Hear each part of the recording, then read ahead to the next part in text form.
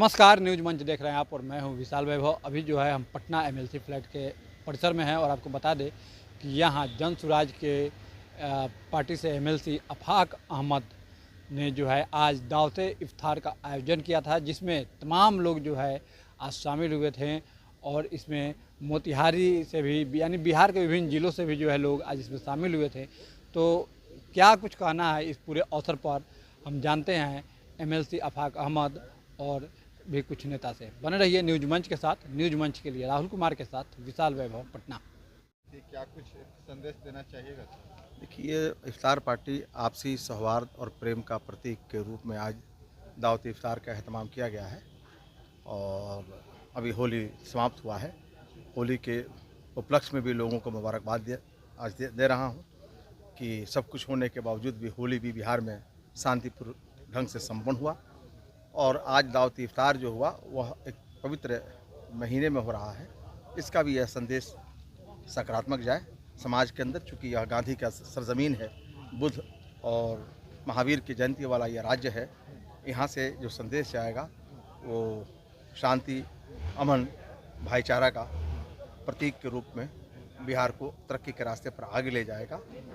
आज के दिन बिहार वासियों को मैं ये कहना चाहूँगा कि बिहार एक ऐसा राज्य है जो हिंदुस्तान को एक नया आयाम दिया है, भारतीय राजनीति को भी एक नया आयाम दिया है। आने वाले कल में निश्चित रूप से बिहार के लोग विचार करेंगे कि आज 30-35 सालों से बिहार पूर्ण रूप से जाति समीकरण और जातीय जंजाल के जकड़ा हुआ है। आज एक ऐसा व्यक्ति, एक ऐसा अभियान जो बिहार में चल रहा है जिसका नाम जन सुराज है, उसके संरक्षक प्रशांत किशोर जी हैं। आज जात के नाम पर वोट नहीं मांग रहे हैं, बल्कि ये कह रहे हैं लोगों से कि एक बार आप अपने बच्चे के चेहरे को देखिए और बच्चे के चेहरे को देखकर एक बार मतदान कीजिए। इन बच्चों का मुस्तकबिल, इनका भविष्य निश्चित रूप से रोशनास होगा, रोशन होगा, प्रकाशमय होगा और बिहार के तरक्की के रास्ते पर ले जाएगा। सर, प्रशांत किशोर को लेकर कई आपने उनके साथ एक सकारात्मक साझा की है बातचीत, लेकिन उन्हीं के साथी जो थे, एक मजबूत साथी जो शायद गांधीवादी थे और भागलपुर यूनिवर्सिटी के एचओडी भी थे, प्रोफेसर विजय आपका साथ छोड़ दिए हैं, कैसे देखते हैं? देखिए, मैं अकेला ही चला था जानिबे मंजिल, मगर लोग साथ आते गए और कारवां बनता गया। उनका तो कहना है कि 3 साल से हम जो गांधी जी का सोच रहे थे वो कहीं दिख ही नहीं रहा है उनके अंदर। ये तो अपना अपना नज़रिया है। सूरज सुबह उगता है और समाज को प्रकाशित करता है, दुनिया को प्रकाशित करता है। और कोई अंधा आदमी कहता है कि नहीं मुझे नज़र नहीं आ रहा है, तो सूरज का काम है रोशनी देना। एक आदमी कम से कम बिहार में ऐसा आया है जो ये कह रहा है कि बिहार की बदहाली को दूर करने के लिए हमने एक अज़्म लिया है और गांधी के प्रतिमा के सामने 2 अक्टूबर 2022 को शपथ लिया है और पूर्ण रूप से निष्ठा के साथ शपथ लेकर कहता है कि मैं बिहार को बदहाली से दूर करूंगा। नौजवान जो पीठ पर बोरा ढो रहे हैं बाहर में, उससे उसको मुक्ति दिलाऊंगा। बिहार की शिक्षा व्यवस्था को नवीन तरीके से जदीद तर्ज पर लागू करूंगा और विश्व स्तरीय शिक्षा व्यवस्था हम स्थापित करके बिहार में दिखाएंगे। क्या लोगों को इतना सोच नहीं है कि हम 35 वर्षों से जात के नाम पर वोट दे रहे हैं? एक आदमी कहता है कि शिक्षा के नाम पर वोट दीजिए, रोजगार के नाम पर वोट दीजिए, पलायन से रोकने के लिए वोट दीजिए, तो क्या एक बार हम ये रिस्क नहीं ले सकते हैं? हम नौजवानों को चेहरे को देखकर वोट नहीं दे सकते हैं? हम राम मंदिर के नाम पर वोट दिया, हमने लालू को हराने के लिए वोट दिया, हमने भाजपा को हराने के लिए वोट दिया। क्या एक बार हम अपने मासूम बच्चों को जो सुनहरा मुस्तकबिल है उसके चेहरे पर वोट मांगा जा रहा है? कि नैतिक अखलाकी जिम्मेदारी मेरी बनती है कि हम अपने बच्चे के चेहरे को देखें जिसके चेहरे पर भारत का मानचित्र अंकित है, भारत माँ की तस्वीर है उसके चेहरे पर। उसको बचाने के लिए, उसको प्रताड़ित होने से बचाने के लिए एक बार हम मतदान करें। हो सकता है कि ये व्यक्ति जो चला है गांधी के प्रतिरूप के रूप में, गांधी की नीति और सिद्धांत को लेकर, ऐसे समय में चला है जिस वक्त पूरा हिंदुस्तान में सांप्रदायिक बोलबाला सर चढ़कर बोल रहा है। कहीं औरंगजेब की बात की जा रही है, कहीं महाकुंभ की बात हो रही है, शिक्षा की बातें नहीं हो रही हैं, रोजगार की बातें नहीं हो रही हैं। उससे अलग हटकर एक व्यक्ति चला है और रोजगार की बात कर रहा है, पलायन रोकने की बात कर रहा है, राज्य में शांति स्थापित करने की दिशा में सार्थक और सहयोग विचार कर रहा है। इन परिस्थितियों में हमारी नैतिक जवाबदेही बनती है। बिहार वासियों से हाथ जोड़ कर मैं निवेदन करूंगा, एक शिक्षक होने के नाते, कि आने वाले कल को देखो, आने वाले कल के नौजवानों को देखो और एक बार उन चेहरे को देखकर मतदान करो। निश्चित रूप से यह गांधी का बिहार, यह महाबूद का बिहार और ये गौतम बुद्ध का बिहार निश्चित रूप से बदलेगा। लेकिन नीतीश कुमार तो एनडीए की तरफ से 225 आंकड़ा पार करने की बात कर रहे हैं। देखिए, जो लोग तो कहेंगे ही कहेंगे, एनडीए के पास क्या विजन है सर? आप तो चौथा स्तंभ है लोकतंत्र की बात करते हैं। मैं एक बात कहना चाहता हूं आपसे, आपने 30 वर्षों से देखा, 15 साल उनका देखा, 20 साल इनका देखा, 35 साल देखा। जो बच्चा जन्म लिया होगा 90 में, आज 35 वर्ष का हो गया, क्या पाया? बिहार तो वह गरीब राज रहा, बड़ा रह गया। हमारे एथी में गाड़ियों में बच्चे मजदूर बन के जा रहे हैं, इनका पलायन हो रहा है, इनका बुद्धि का पलायन हो रहा है, इनका ऊर्जा का पलायन हो रहा है, नौजवानों का पलायन हो रहा है। इसे रोकने के लिए क्या लोग विचार नहीं करेंगे? करना होगा, नहीं तो यह 225 पार हो जाने से बिहार का तकदीर और तस्वीर नहीं बदलने वाला है। नहीं बदलेगा सर, इनकी सरकारें बन जाएंगी, व्यवस्था नहीं बदलेगा, और जब तक व्यवस्था नहीं बदलेगा बिहार का दिशा दशा और तकदीर नहीं बदल सकता। सर, लेकिन विपक्ष के द्वारा लगातार कहा जाता है कि जो है जनसुराज जो है भाजपा की बेटी है। अरे भाई, ये लोग तो दो भाई हैं, बड़ा भाई छोटा भाई, बिहार में हिस्सा लगा लिए हैं। आधा तुम, MOI तुम हो, EBC एंड कंपनी मैं हूँ। मैं तीसरा जब आदमी आएगा तो इनको अच्छा लगेगा। ये तो चाहेंगे कि तीसरा व्यक्ति कोई नहीं आवे। और प्लेटो ने लिखा है कि जब अच्छे लोग घरों में कैद हो जाते हैं, राजनीति से अलग हो जाएंगे, तो यह मूर्ख लोग शासन करेंगे हमारे और आपके ऊपर। इसलिए आप सबकी जवाबदेही और जिम्मेदारी है कि ये मूर्ख लोग जो शासक बने हुए हैं, सत्ता पर बैठे हुए हैं, उन्हें उखाड़ फेंकने के लिए जो बुद्धिजीवी नौजवान हैं, आप जैसे लोग हैं, सामने आवें और राजनीति अच्छे लोग करें। प्रशांत किशोर के साथ अच्छे लोग जुड़ रहे हैं, सही सोच के लोग जुड़ रहे हैं और सही लोग जुड़ रहे हैं। एक नया बिहार आयाम दे रहा है, करवट लेने के लिए आप साथ आइए और बिहार को बदलिए, बिहार की दिशा को बदलिए और दशा को बदलिए। कि बिहार में एक नई वैकल्पिक राजनीतिक व्यवस्था आ रही है और ये बुद्धिजीवी लोग, पढ़े लिखे लोगों का एक ये समूह है जो राजनीतिक आधार पर बिहार को आगे ले जाने का सपना और संकल्प लेके आए हैं। तो एक बड़ा सवाल है, खास करके आवाज़ ये भी उठ रहा है कि पार्टियां कहीं ना कहीं अल्पसंख्यक को मुख्यमंत्री के रूप में पेश करें। उसको लेकर के जनसुराज का क्या कॉन्सेप्ट है? देखिए, ये 5 वर्ग हैं बिहार में, एक अल्पसंख्यक उसमें का एक वर्ग है, OBC हैं, EBC हैं, सवर्ण क्लास है, दलित हैं। तो इस सारे वर्ग के लोगों को प्रतिनिधित्व करने का अधिकार मिलना चाहिए। तो केवल एक व्यक्ति, एक परिवार, एक मतलब खानदान के लोग हमेशा ही बने रहें सत्ता के शीर्ष पर, ये देश और प्रदेश के लिए ठीक नहीं है। तो परिवारवाद का तो आरोप सब पे लग रहा है ना, पक्ष और विपक्ष सब पे लग रहा है। परिवारवाद से ये बिहार अभी घिरा हुआ है, उसके चंगुल में। आप जहाँ भी देखिए परिवार को लोग आगे बढ़ा रहे हैं, प्रदेश की बात नहीं करते हैं, प्राइवेट लिमिटेड कंपनियां खोल रखे हैं और उनके लड़के, उनकी बीवी, उनके लड़के सत्ता के शीर्ष पर बैठे। यही उनकी मंशा है, यही उनका इरादा है। चलिए जानबूझ करके जनसुराज में कहीं ना कहीं अल्पसंख्यकों को कितना स्थान मिलेगा, कितनी सीटों पर लड़ने का? देखिए, 3 मुख्य कारण है जब कोई भी व्यक्ति किसी पार्टी से जुड़ता है या समाज पार्टी के लिए करता है। पहला चीज़ है कि उसका और उसके बच्चे का विकास, दूसरा होता है उसकी राजनीतिक भागीदारी, और तीसरा कि वो अपने विरोधी पार्टी दल को हराना चाहता है। तो अभी के परिप्रेक्ष्य में ये तीनों ही मापदंड पे हमारे बिहार के लोग विफल रहे हैं, सफल नहीं हो पाए। प्रयास करने के बावजूद न पार्टियां उस दिशा में कुछ कर पाई।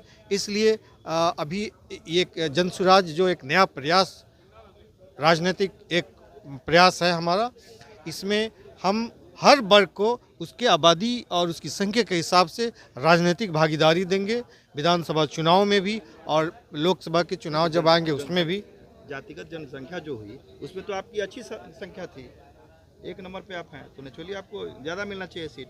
वही तो मेरा कहना है, कितनी जगहों पर आपको प्रतिनिधित्व का मौका मिला? देखिए, हम लोगों ने सब बना के रखा अपना कि जैसे यहाँ जो EBC वर्ग के लोग हैं उनके लिए लगभग 60-65 सीट उनको अलॉट होगा, और फिर EBC के लोग हैं 40-45, महिलाओं के लिए भी 40 सीट, और जो मुस्लिम वर्ग के लोग हैं उनके लिए भी 40 सीट मिलेगा। जितनी उनकी आबादी उस हिसाब से ये आकलन है। सवर्ण क्लास के लोगों को भी उसी अनुपात में 40 श्योर है ना, अल्पसंख्यक को मिलेगा। हम लोगों ने जैसे उसका आकलन किया है 40 सीट बनता है और उतना मिलेगा। चलिए बिहार वार्ता से बिल को लेकर अभी के तो बात हो गया इसकी। आखिर कहीं ना कहीं विपक्ष तो विरोध कर ही रहा है इसका। नीतीश कुमार से जितना उम्मीद की जा रही थी इसको लेकर के शायद वो नहीं आ रहा है। कारण क्या है? मुख्यमंत्री हैं बिहार के और एनडीए के पार्टनर हैं। ये उनसे एक बड़ी गलती होने जा रही है। जो उनके जीवन काल राजनीतिक जीवन के अंतिम दिनों में जो ये गलती कर रहे हैं, वक्फ का समर्थन में एक और गलती उन्होंने किया था। उस वक्त CA NRC के फेवर में इन्होंने वोटिंग कर दिया था।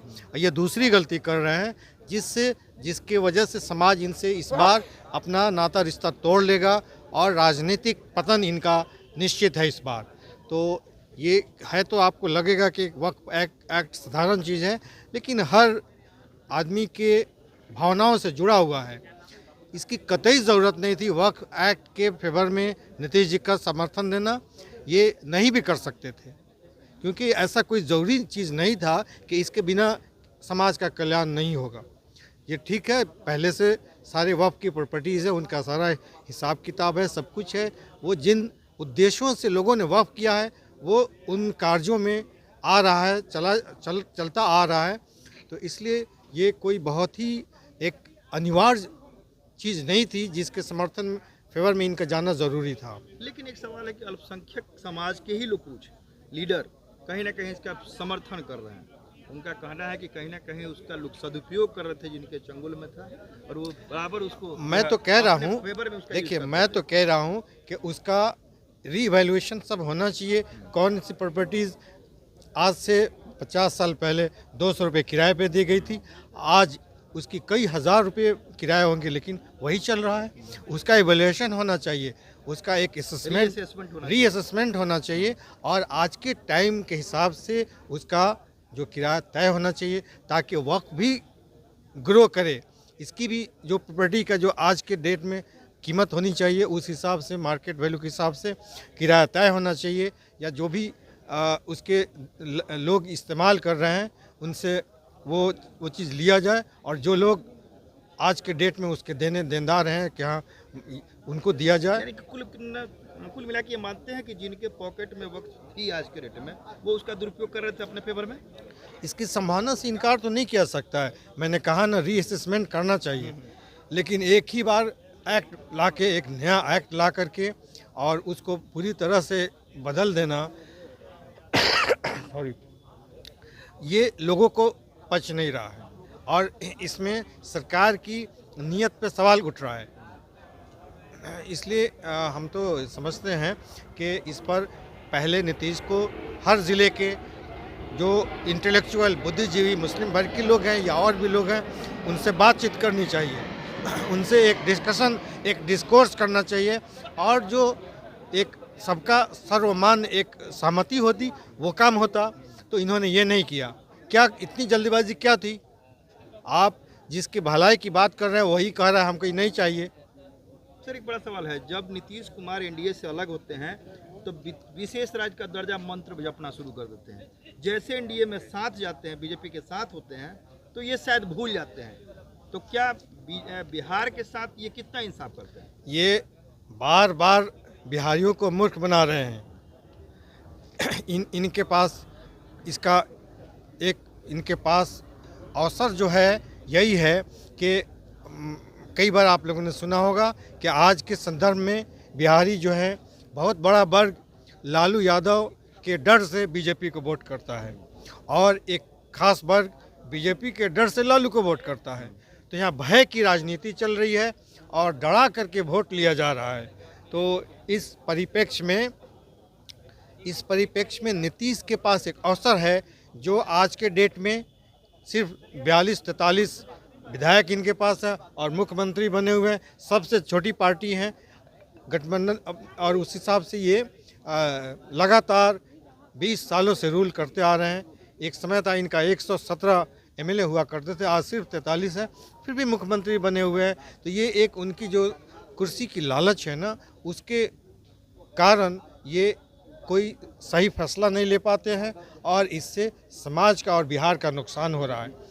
तो ये एक राइट टाइम है, मैं समझता हूँ कि लोगों को एक सही फैसला लेना चाहिए। उनके द्वारा बार बार मूर्ख बनाए जाने से अब लोगों को सचेत रहना चाहिए। एक बड़ा सवाल है, गांधी के हिमायती करीब करीब सभी पार्टियां बनने का नाटक कर रही है, दिखावा करती है जो भी हो। पहले नीतीश कुमार गांधी के आइडियोलॉजी पर चलने की बात करते थे, गांधी के 7 सूत्र की बात करते थे। उसके बाद कहीं ना कहीं कांग्रेस तो खैर नेचुरली नाम लेती है। अब हमें ये देखने को मिल रहा है आपकी पार्टी जो जन स्वराज पार्टी है, प्रशांत किशोर जी भी कहीं ना कहीं गांधी जी के हिमायती बनने का प्रयास करता है। अब कांग्रेस भी कहीं ना कहीं गांधी जी को लेकर के भितिहरवा से वो जो है मार्च चला रही है। आखिर आम जनमानस को कहीं ना कहीं भ्रम तो नहीं है इसको लेकर के? देखिए, नीतीश जी गांधी के अनुयायी तो ज़रूर हैं, लेकिन उनके बताए गए मार्ग पे चलते नहीं हैं। वो अवसरवादी हैं और जैसा अवसर होता है उस हिसाब से अपना निर्णय चेंज कर लेते हैं। और कभी जो गांधी के विरोधी लोग हैं उनके साथ भी जाकर के अपनी सत्ता बचा लेते हैं। और जो लोग मतलब सत्ता बचाने के लिए जहां जो हाँ, बजाते हैं, सत्ता बचाने के लिए किसी के साथ चले जाते हैं। और ये एक बार नहीं, कई बार, आप लोग सब जानते ही हैं। तो ये बार बार हो रहा है। इसलिए अभी तो अवसर है कि बिहार में एक नई